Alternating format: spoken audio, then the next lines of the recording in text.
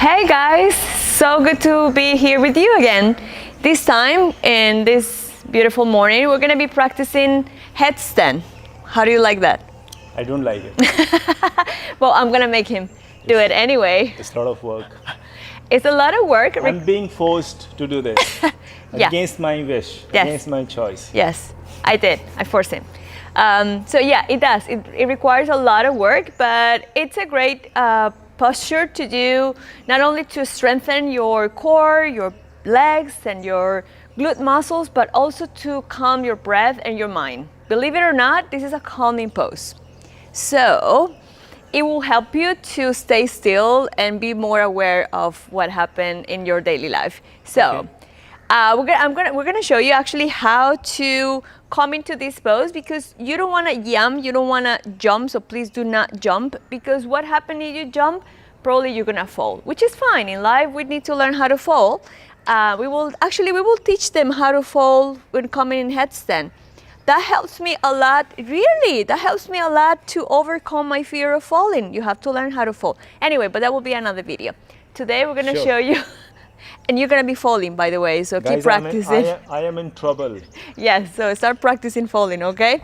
So you wanna start probably from a kneeling position, so you can come from the floor, or you can go straight into downward facing dog. We already talked about this pose in other videos. So you will come from downward facing dog, so you can start aligning your body. Then you come to your knees. And very important here is to measure the base. So your base, your foundation, is going to be your arms. Thank you for turning. Yes.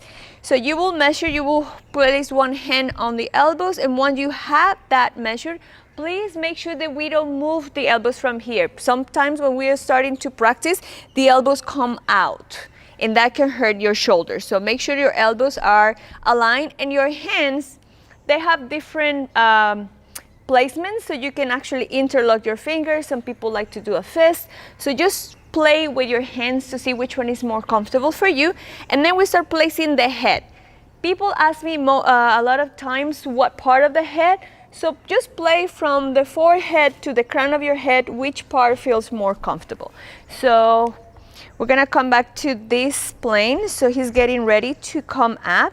We're gonna do it a step by step. Once you have your foundation, you lift your knees off the floor. That's the first part. Just for here to start feeling your weight on your forearms, and you start walking your feet closer to your torso. This is the moment when people feel that they need to jump up. So we're gonna bend one knee, so bend any knee. You can feel your weight there. You start bending the other knee. Once you have your balance, then you start lifting your legs up straight to the sky.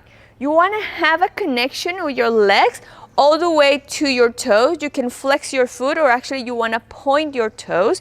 So that creates a line of energy. If you can see, he has a line of energy all the way from the elbows, torso, legs are engaged. It's a mild rotation of the hips. Glutes are engaged all the way to the toes.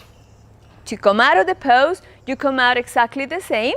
So you can bend the knees, bring it to the chest, and then release the feet on the floor, and then you rest on child pose.